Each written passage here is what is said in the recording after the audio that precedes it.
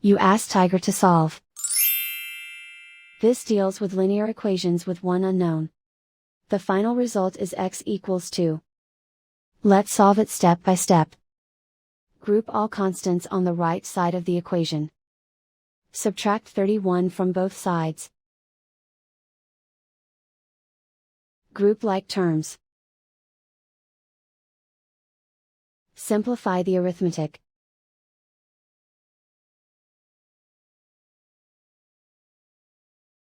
Convert the x into a positive number.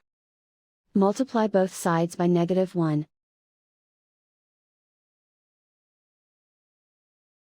Remove the ones.